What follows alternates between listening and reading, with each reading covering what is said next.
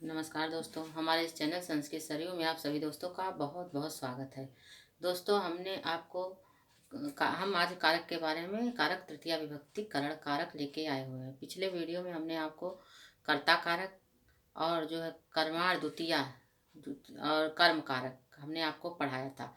आज हम आपके लिए जो है तृतीया विभक्ति करण कारक लेकर के आए हुए हैं, जो आपको इसके बारे में करण कारक के बारे में बताना चाहते हैं। तो आइए देखते हैं कि क्या है कारण कारक। कारण क्या होता है? कारण मतलब जो सहायक होता है, जो किसी कार्य को सिद्ध करने के लिए जिसके द्वारा किया जाता है। तो करण कारक का जो है वो क्या होता है? ये से के द्वारा। तो आइए देखते हैं। साधक तममम करणम, साधक तममम करणम, ये सूत्र है। ये हमारे अष्टाध्यायी का पाणिनि द्वारा ये लिखा हुआ जो है ये सूत्र है, साधक तममम करणम। जो साधक तममम करणम, क्रिया की सिद्धि में जो सबसे अधिक उपकारक होता है उसे करण कारक कहते हैं। क्रिया, कोई भी कार्य करना हो, किसी के कार्य को सिद्ध करने में जो सहायक हो, जो उसमें जो कार्य की सिद्धि के लिए हो, जो सहायक हो, जो जो उसमें जो है उसे जो सिद्ध करने में जो सबसे अधिक उपकारक हो, जो उपकारक हो, जिसके द्वारा जिसकी सहायता से कार्य किया जा रहा हो, वो क्या हुआ? वही है करण कारक। उसी को हम कहते हैं करण कारक। जो क्रिया जो क्रिया किस कार्य करने में सिद्ध हो। जैसे कि मतलब मान लीजिए हम हाथ से कोई काम कर रहे हैं तो उसमें मेरा हाथ सहायक है। जैसे वह कलम से लिख रहा है तो उसमें कलम सहायक है। तो इसलिए वो जो है जो हमको कार्य करने में जो सबसे जो सहायक हो, जो सिद्धि में जो सबसे अधिक उपकारक हो, जो कार्य करने में सहायता कर रहा हो, जिसके द्वारा जिससे हम कार्य कर रहे हो, तो उसमें क्या होगा? करण कारक होगा। आइए देखते हैं कैसे। जैसे क्रिया सिद्धौ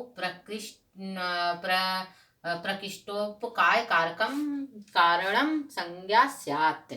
तो आइए, क्या क्रिया की सिद्धि में जो प्रकृष्ट प्रकृष्ट हो, प्रकृष्टोप कारण हो, कारक हो, उसी को हम करण संज्ञा स्यात्, उसी को हम करण कारक कहते हैं। आइए जैसे देखते हैं। स हस्तेन मिष्ठानम वितरति। अब वह हाथ से, सह हस्तेन, अब इसमें देखिए वह हाथ से मिठाई बांट रहा है, वह हाथ से। तो हाथ इसमें क्या हो गया? करण कारक हो गया, क्योंकि हाथ की सहायता से वह मिठाई बांट रहा है। और हाथ जो जो सबसे अधिक उपकारक हो, तो हाथ इसमें क्या है? हस्तेन इसमें उपकारक है। हस्तेन उपकारक है। अब यह सह क्या हुआ? कर्ता। वह सह मतलब वह करता हुआ, और हस्तेन मतलब हस्तेन हाथ से मिठाई बांट रहा है। तो उसमें हाथ जो क्या हो गया है? हाथ की जो है ये जो है करण हो गया है। अब मिष्ठान इसमें जो है कर्माण द्वितीया से, इसमें जो है मिष्ठान में इसमें द्वितीया विभक्ति हो गई। तो मिष्ठान्नम वितरति, वह हाथ से मिठाई बांट रहा है, हाथ के द्वारा, वो हाथ से। तो हाथ में इसमें तृतीया विभक्ति हो गई है, करण कारक हो गया। हाथ इसमें सहायक है, हाथ के द्वारा वो अपना कार्य सिद्ध कर रहा है, हाथ उसका उपकारक है। तो हाथ के द्वारा वो मिठाई बांट रहा है, वह हाथ से मिठाई बांट रहा है। तो हाथ इसमें क्या हो गया? उपकारक हो गया। हाथ में क्या हो गया? ये करण कारक हो गया। तो वही हम आपको बताते कि हाथ से द्वारा इसमें जो है वह मिठाई बांट रहा है, वो हाथ के द्वारा वो मिठाई दे रहा है। तो इसमें हाथ क्या हो गया? उपकारक है। हाथ उपकारक हुआ, इसमें हाथ के द्वारा वो मिठाई बांट रहा है। अब आइए देखिए। कर्त करणियो तृतीया। कर्त, अब देखिए, कर्ता मतलब कर्ता में भी तृतीया विभक्ति होता है, और जो है तृतीया में भी और करण में भी तृतीया विभक्ति होता है। अब कर्ता में कैसे होता है? अब जैसे अनुक्त कर्ता, अनुक्त कर्ता में जो है तृतीया विभक्ति करण कारक होगा। अनुकर्ता में तृतीया विभक्ति करण कारक होगा। और अगर उक्त करता है, उक्त कर्ता में प्रथमा विभक्ति होगी। उक्त कर्ता, उसमें जो है उक्ते प्रथमा, उसमें प्रथमा विभक्ति होती है। उक्त कर्ता में हमेशा ये चीज आप लोग बहुत ध्यान से देखिए, उक्त कर्ता में प्रथमा विभक्ति होगी और अनुक्त कर्ता उसमें तृतीया विभक्ति होगी, करण कारक होगा। भी हम आपको अनुक्त कर्ता और जो उसके बारे में भी जो है और करण के में भी आपको जो है भी हम समझाते हैं नहीं, लेकिन इसमें आपको बता दें तो इसमें कर्तिकरणियो तृतीया, कर्तिकरणियो तृतीया अनुक्त कर्ता अर्थात कर्मवाच्य और भाववाच्य के कर्ता, भाववाच्य के कर्ता और करण में तृतीया विभक्ति होती है। कर्मवाच्य में और भाववाच्य के कर्ता में भी तृतीया विभक्ति होती है। अनुक्त कर्ता में भी तृतीया विभक्ति होती है। अनुक्त कर्ता में जैसे उसमें अगर उक्त कर्ता है तो उसमें प्रथमा होगी कर्ता कारक में, और जो है अनुक्त कर्ता में भी तृतीया विभक्ति होगी कर्ता कारक का। कर्ता कारक क्या है, जो है अनुक्त कर्ता में तृतीया विभक्ति और उक्त कर्ता में प्रथमा विभक्ति होती, और जो है करण और तृतीया विभक्ति में भी करण कारक तृतीया विभक्ति होगी, करण कारक में भी तृतीया विभक्ति होगी, और कर्मवाच्य और भाववाच्य के कर्ता में और करण में तृतीया विभक्ति का प्रयोग होता है। अब आइए जैसे देखिए कैसे, जैसे राम मुखे कदली फलम खादत। अब राम मुख से कदली फलम मतलब क्या होता है, केला।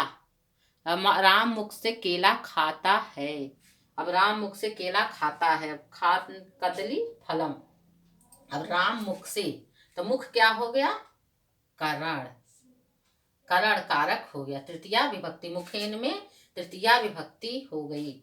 अब राम मुखेन कदली फलम खादति। अब राम मुख से, अब मुख से खा रहा है तो मुख इसमें जो हो गया सहायक हो गया, ये क्या हो गया, उपकारक हो गया। तो कदली फलम जो है मुख से खा रहा है तो राम मुखेन कदली फलम, राम मुख से केला खाता है, राम मुख से केला खाता है, मुख से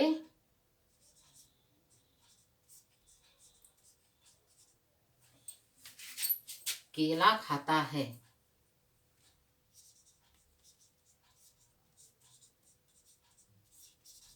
केला खाता है। अब देखिए 6-7 छात्र कलमेन लिखते। अब छात्र जो है कलम से लिख रहा है।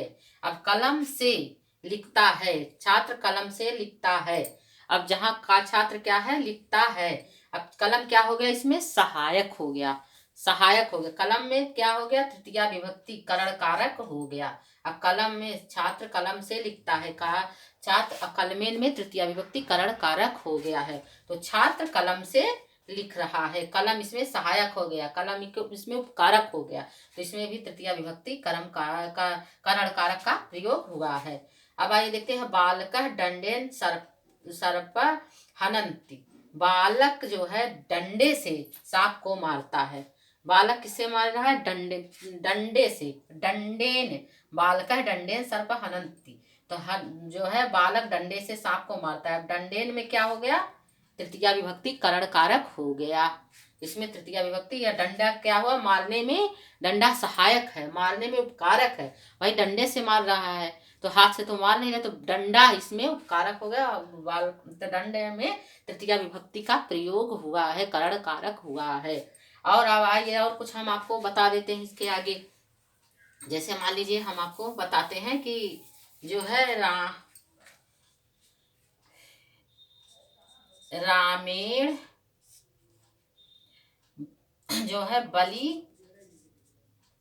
बाली हतः,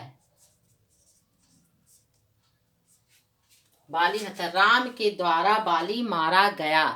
तो इसमें राम के, तो रामेण बाली हतः, तो राम के द्वारा बाली मारा गया। अब रामेण, अब इसमें जो है रामेण में जो तृतीया विभक्ति का प्रयोग हुआ है, करण कारक लगा हुआ है, रामेण में करण कारक लगा हुआ है, तृतीया विभक्ति लगा हुआ है, बाली हतः।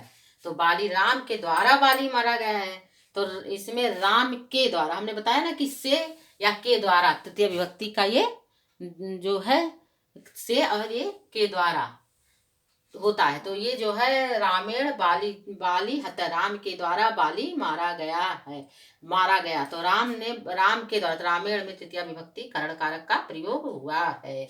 अब आइए देखते हैं जैसे लिखा है हम आपको बता दें जो उक्त अनुक्त वाले में रामेण बाणेन हतो बाली। अब इसमें देखिए क्या हो गया है, राम के बाण द्वारा बाली मारा गया। अब रामेण, रामेण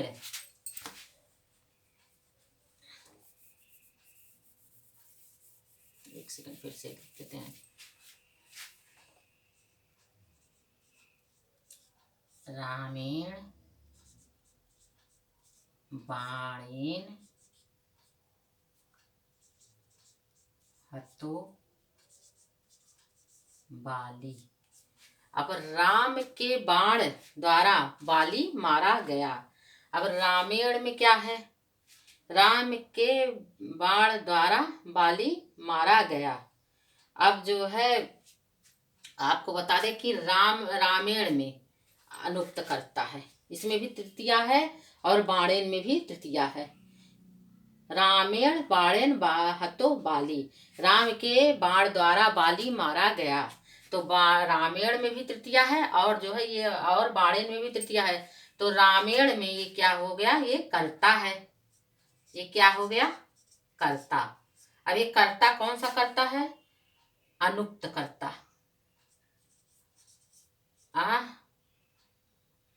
ये कौन सा कर्ता है,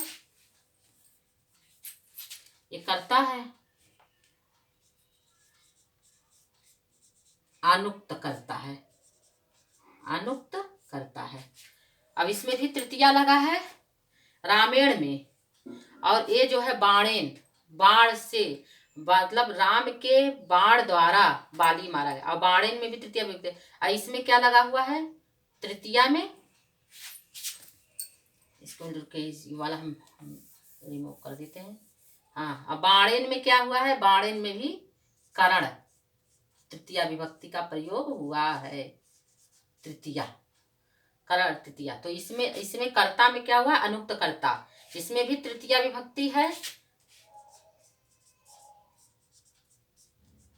तृतीया विभक्ति। और जो है इसमें भी तृतीया विभक्ति हुआ है। तो ये देखिए रामेण बाणेन हतो बाली, तो राम के बाण द्वारा बाली मारा गया है। तो रामेण में भी तृतीया लगा है, बाणेन में भी कर्ता अनुक्त है। तो रामेण कर्ता अनुक्त कर्ता, और जो है बाणेन में करण तृतीया विभक्ति लगा हुआ है, हतो बाली, राम के बाण के द्वारा बाली मारा गया है।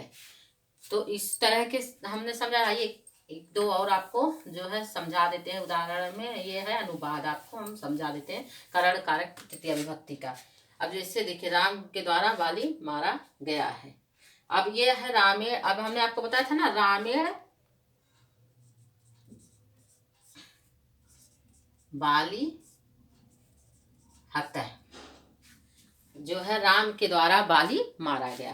तो इसमें राम के द्वारा बाली मारा गया, तो इसमें जो है रामेण, राम के द्वारा, तो इसमें रामेण में तृतीया विभक्ति करण कारक का प्रयोग हुआ है। तो इसी तरीके से हमने आपको बताया कि जो है तृतीया विभक्ति में साधक तममम करणम, साधक तममम करणम, क्रिया की सिद्धि में जो सबसे अधिक उपकारक हो उसे करण कारक कहते हैं। और क्रिया सिद्धो प्रकृष्टोपकारकम करणम संज्ञा स्यात्। अब इसमें देखिए हम जो है क्रिया की सिद्ध में जो सबसे ज्यादा प्रकृष्ट हो, प्रकृष्ट कारक हो, उसे करण कारक की संज्ञा कहा जाता है। और आइए देखिए जैसा हस्तेन मिष्ठानम वितरति, वह हाथ के द्वारा वह हाथ से मिठाई बांटा, तो उसमें हाथ में तृतीया विभक्ति हुआ है।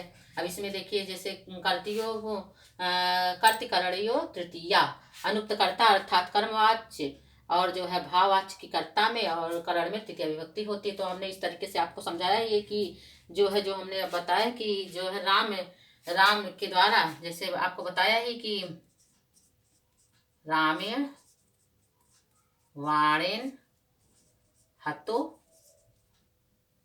बाली, तो राम के बाण द्वारा बाली मारा गया। तो इसमें जो हमने आपको ये समझा कि ये जो है अनुक्त करता है, अनुक्त कर्ता में तृतीया विभक्ति हुआ है।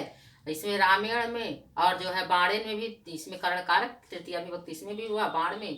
तो ये जो है तृतीया हतो बाली जो है राम के बाण के द्वारा बाली मारा गया। तो इसी तरह के कर्मवाच्य और भाववाच्य में के जो है कर्ता में भी तृतीया विभक्ति का प्रयोग होता है। जो वाच्य हम आपको जो पढ़ाएंगे तो उसमें बताएंगे कर्मवाच्य और भाववाच्य के भी कर्ता में जो है तृतीय विभक्ति का करण कारक होता है और तृतीय विभक्ति का प्रयोग होता है। जैसे राम मुखेन कदली फलम खादत, तो राम मुख के द्वारा कदली फल मतलब केला खा रहा है।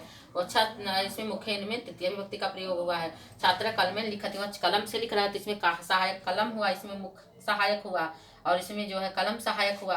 बालका दंडेन सर्प हनन्ति, बालक डंडे से सांप मारता है तो बालक डंडेन में तृतीय विभक्ति करण कारक हुआ, इसमें सहायक हुआ। यही जो है डंडा जो है सबसे ज्यादा उपकारक हुआ, तो इसमें तृतीय। रामायण अब हम आपको बताएं कि रामायण बाली हतः, रामायण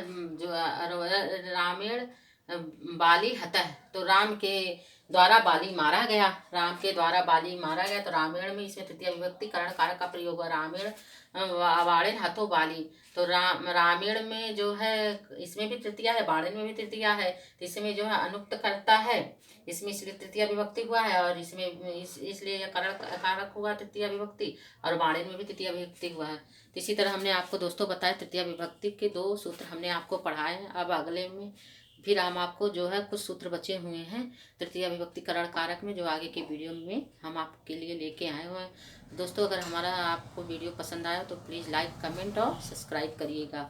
नमस्कार दोस्तों।